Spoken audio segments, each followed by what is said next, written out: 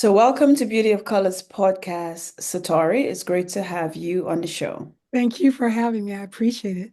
You're very welcome. So, Satori, tell the listeners about you and what started you on the journey of storytelling. Oh, okay.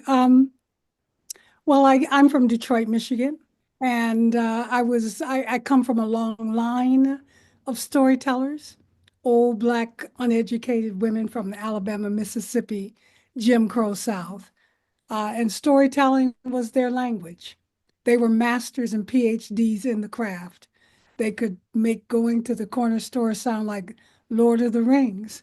You were just glued to their words because their words would create pictures, images, which was like a little movie in my mind so I could follow it. So I think I've always been a storyteller, but Mhm. there was no, when you're going to school and you're thinking about a career and you're thinking about what you want to do, you don't think about storyteller.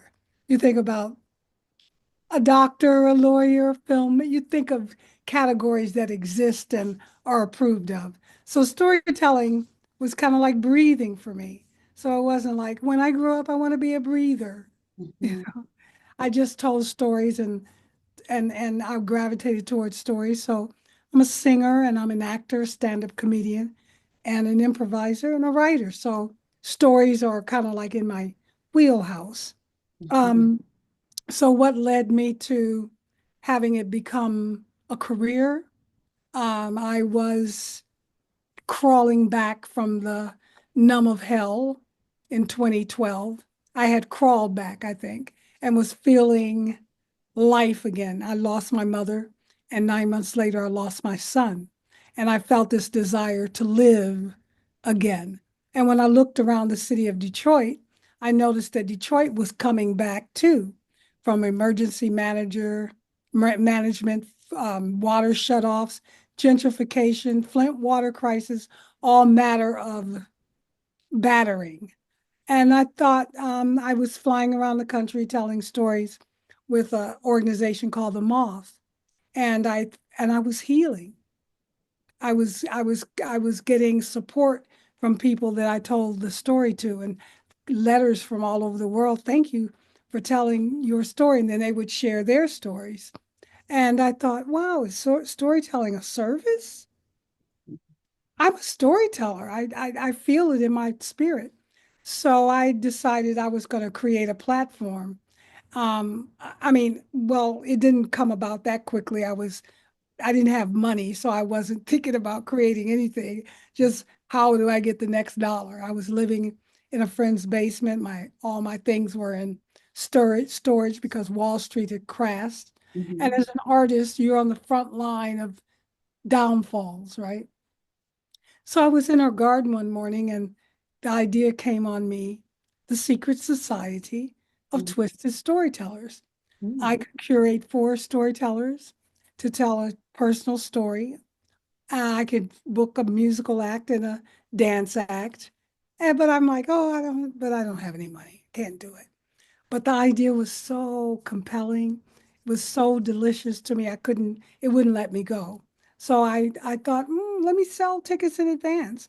So I Mhm. sold tickets in advance, 45 seats sold out. And every month following, it would expand and expand and expand.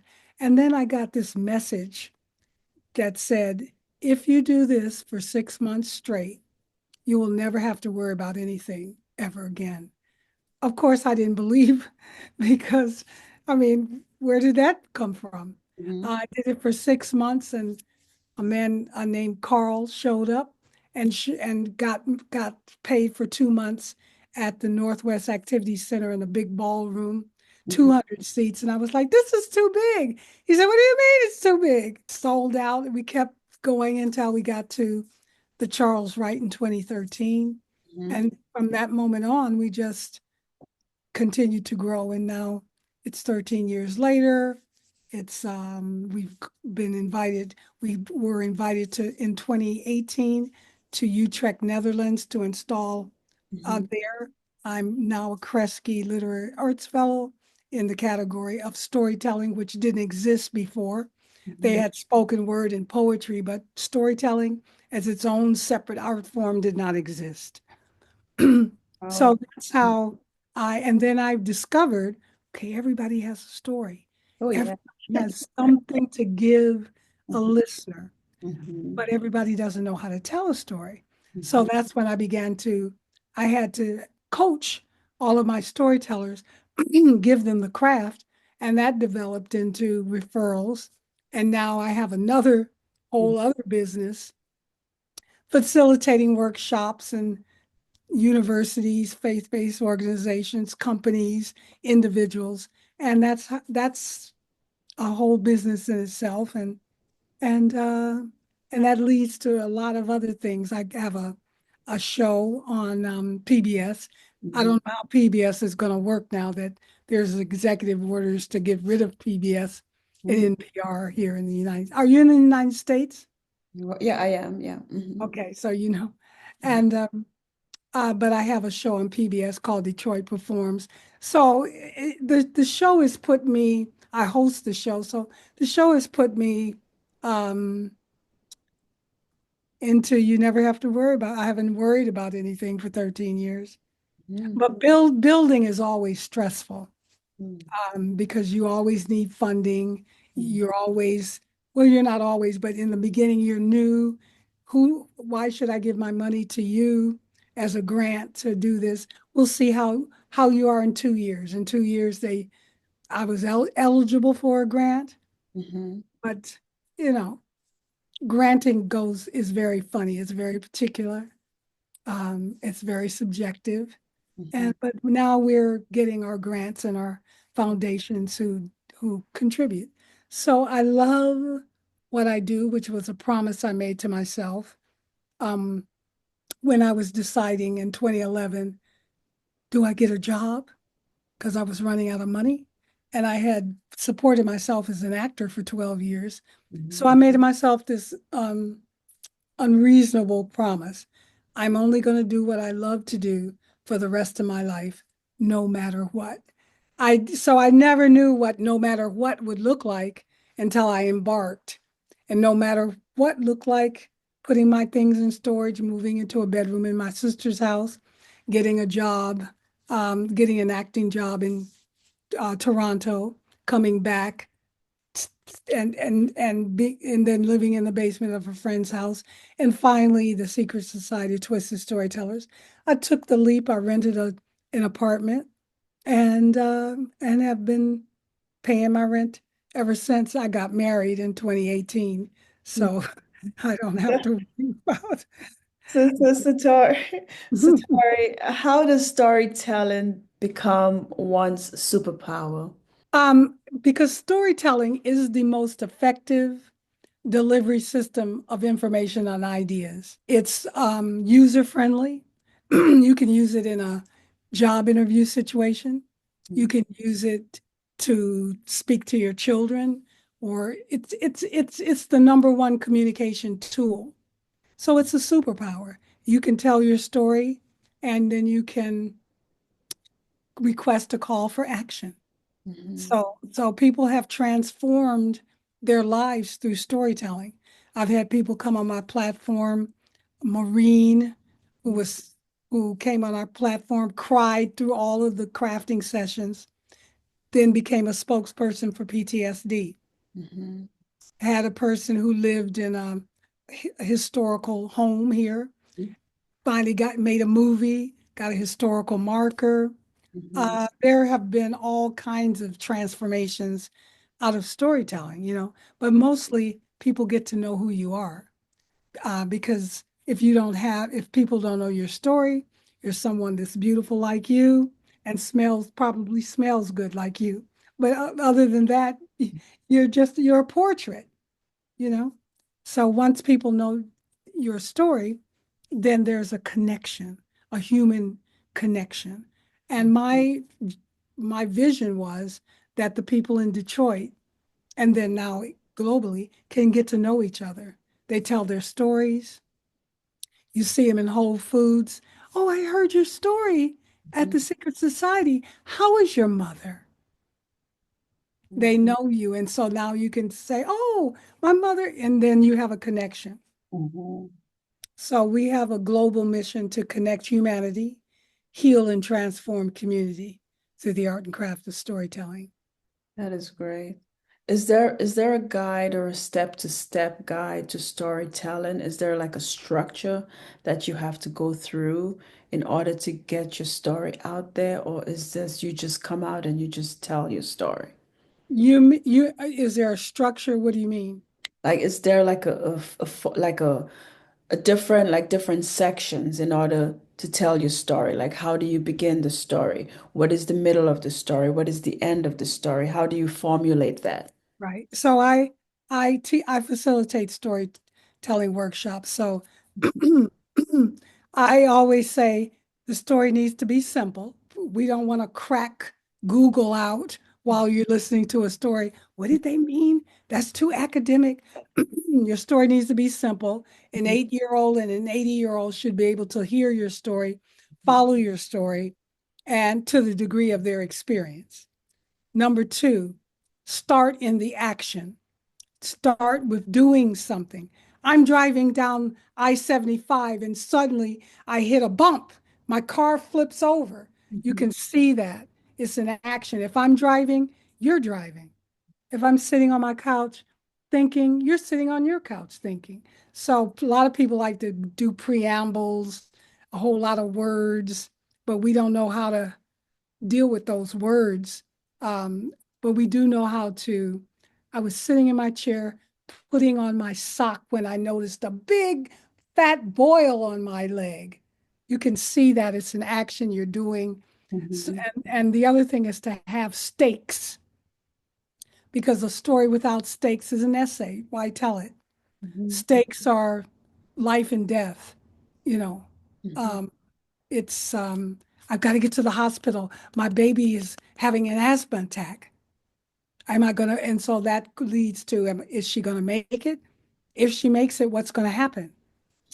Impossible. Like if you watch any movie, they set the stakes up right away. You can tell when the guy comes home and they're holding the son and the mother hostage, or mhm, you can tell when they set the story up. He's in love with his wife. Then mhm. they kidnap the wife. The stakes are high. You love your wife. You may be an accountant, but you're going to turn into some kind of assassin to get your wife, you know? So, So do you go by the three structure arc, or do you just the same way you said it? Is there like an act one, an act two, an act three? well, there's a beginning, middle, and end, and Okay. you could start, the beginning could start with the ending. Like, I Hmm. don't know whether you saw Sinners yet. Yeah. No, I haven't seen it. I heard it's really good. It's really good. Okay. Mhm, Um, so so yes, there needs to be a beginning mhm, where you start. There needs to be a middle which develops the story and the journey, and there needs to be an ending which is really your message. I told you all of this, and this is what I learned. This mhm, is my message. This mhm, is, you know, so yeah, and I like stories that have positive messages, and I like the journey to be something the listener can take and go, oh, okay, she did it, I can do that. mhm. Yeah. So, Satar, if somebody wants to be a part of the secret society of twisted storytellers, how do they become a member? They just visit the website, twistedtellers.org. They Mhm, go to the contact us page. There's a drop down. It says, tell us your story. You submit a 150-word synopsis, and then we'll get back to you. And then I coach you for the stage. Yeah, we have a show coming next Friday, Friday, May 16th at the Charles Wright Museum. mhm. And it's called Monumental Mama. So we have 4 women who are going to tell stories on the theme of Monumental Mama in celebration of Mother's Day.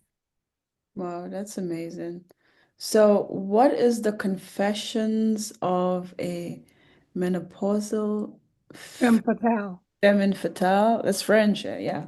What is that? It's a film. It's my story. and Okay. it's about my 12-year journey through menopause. So it starts with me at age 45, Mm-hmm. having not recognizing who I am. What are these symptoms, these hot flashes? Why is my heart beating so fast? Why can't I sleep? What are these night sweats? Mm-hmm. Why am I having mood swings and alienating people? Why do I have this facial hair? Mm-hmm. What's going on? I'm not nice anymore. I'm saying exactly what I think. And I'm turning people off. Mama, I asked my mother, what's going on? Oh, you're at the beginning of the change of life. Oh, I am? Yeah. Well, is this how you felt? I don't remember. So I was asking women around me, they were either didn't remember, they were saying they were too young, which they weren't, Mm-hmm. or um, I refused to go through menopause. Oh, but that's a stage of life that you can't avoid if Mm-hmm. you. So they were sort of in denial because at the time, all the self-help books had to do with how to get a man. Okay. You want to get a man, you don't say, I'm 50 years old. Pretend that you're 35. Okay, Because now. because if you're performing for the patriarchal lens, then you need to be perky, juicy, and not so smart. You can't have the wisdom that you've earned living all the years that you've lived.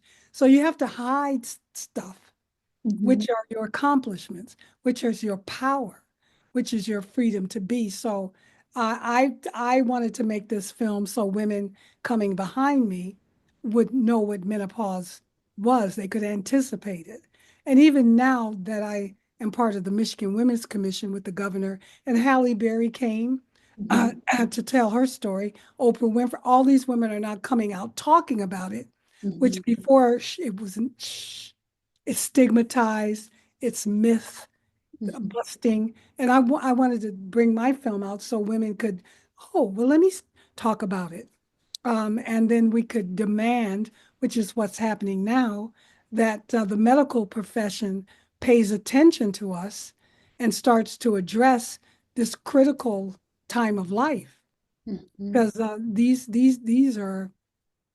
these are quality of life interrupting sort of symptoms, and they show up differently in Mm-hmm. different women and different cultures of women. Black women, for example, they go through menopause longer, their periods are more severe. We can't, the studies can't even be that accurate because a lot of Black women have fibroids and different things like that. But if we don't talk about it and we don't demand that the medical profession um, really pays attention, there have been so many misdiagnoses. In fact, Haley Berry tells her story of being diagnosed with herpes, and it was really menopause, which was the thinning of her vaginal wall. And so it was painful to have period. I mean, to make love, and she was very much in love. Mm-hmm. And so a lot of the things that we enjoy as women, we stop enjoying them. We become depressed. We might lose income because we're not going to work because the cramps are severe. We Mm-hmm. feel depressed. Our families don't, if we don't know about it, we can't be responsible. We can't communicate to our family, Mm-hmm. our our kids, our partners, and they can't be a support team for us Mm-hmm. or the communities of women. So I tell my 12-year journey through menopause, and I flash back to all over the course of my life. And I talk about postpartum depression, which women don't talk about because we're supposed to be the perfect mothers. And postpartum is depression is a clinical depression. It's a mental health issue. And now we know about it. But when I had my son, we didn't know about it. So I just thought, oh, I'm not bonding with my child. Something's wrong with me. Mm-hmm. And I thought it was me, but it was, hormones Mm-hmm. imbalance, Wow. cause mental imbalance. So, Sator, how can the listeners connect with you? And tell us some of the services that you offer on your website. My website is satorishakoor.com. Hmm. And I offer on my website the opportunity to meet for me to help you tell your story. You might have a job interview. You may be a lawyer and want to present a compelling opening or closing for your client. You might be a university like Duke University, and they wanted me to work with their podcasters. How do podcasters, what questions should you ask your guests? How do you get the most out of your guests? Um, it may be a faith-based organization um, t telling a story that will uplift someone spiritually. It may be a company that wants the other employees to know each other because you can sit right next to a coworker for years and never really know them. That has happened, on our stage. Oh my God, I've known you forever. I didn't know that because Yeah. the workplace is a specific place. Hmm. And even though you see each other every day and you smile and you go to lunch and maybe go to a party at a place to you don't consider yourself friends and that kind of thing. So my vision is for us to know each other as human beings, which storytelling breaks down generational barriers, Hmm. racial barriers, gender barriers. It breaks down the barriers, and then you become a human being and I'm a human being. And we have that in common. We bleed, we cry, we laugh, we succeed, we fail, and I can support you. Wow, beautifully said. Satara, if you have any last words for the listeners, what would you tell them about not being afraid to tell your story? I would say don't be, I don't think people are afraid to tell their stories as much as they're afraid of the judgments that they may get from telling their story. So I would just say that there is nothing any human being has ever done that you may not you have done, and that people are really secretly admiring of you because people would rather die than publicly speak. I Mm. mean, I'm afraid to go on stage or I'm afraid to reveal something about me that's vulnerable. But people actually connect more with you when you're able to tell your failures. Tell where you fell down in life because everybody falls down. And if you admit that you fell down, then then trust happens. Oh, she's not perfect. But how did she overcome that? This is how I overcame that. So I work with all kinds of people, some stories that you would not even believe, and how those people provide a service to the listeners. Because if I overcame that, I can overcome anything. That's why I say storytelling is a superpower. It connects you to other people in a profound way. So you may be afraid to tell it, but that courage is not overcoming, but facing that fear and doing whatever it is anyway. Wow. So, Satar, thank Yeah. you for being on Beauty of Colors podcast. Thank you for having me.